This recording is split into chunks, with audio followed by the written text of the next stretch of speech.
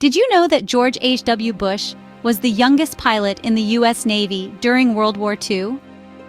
Born on a summer day in Massachusetts, 1924, George Herbert Walker Bush's journey began. A journey that would lead him to become the 41st President of the United States.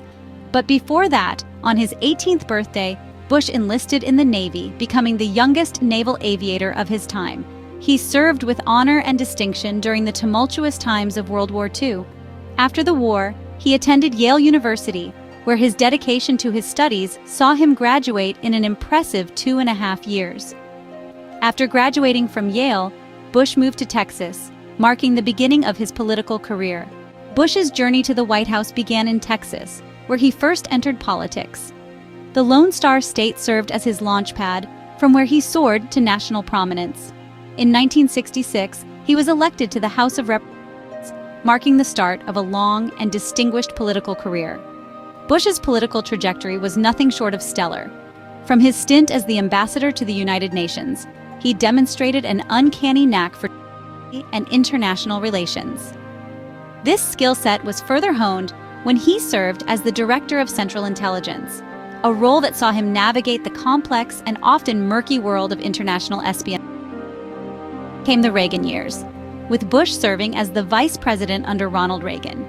These years were a masterclass in governance and leadership, setting the stage for his ascension to the highest office in the land. In 1988, Bush became the 41st President of the United States. His presidency was marked by significant events and policy shifts. On his watch, the Cold War ended without a shot, marking a major victory for diplomacy. The Gulf War showcased America's military might and its commitment to international law and order. Additionally, Bush signed the Americans with Disabilities Act, a landmark legislation that enhanced the rights and lives of millions of Americans. Despite his accomplishments, Bush was defeated in his re-election bid in 1992, marking the end of his presidency. Yet, his legacy in American political history remains profound and enduring. George H.W. Bush's post-presidency years were marked by both personal and public endeavors.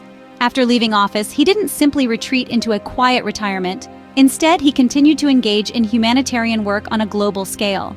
One of his most notable collaborations was with Bill Clinton, with whom he worked to provide aid following the devastating Indian Ocean tsunami in 2004 and Hurricane Katrina in 2005. These efforts further showcased his dedication to public service, even beyond his time in office.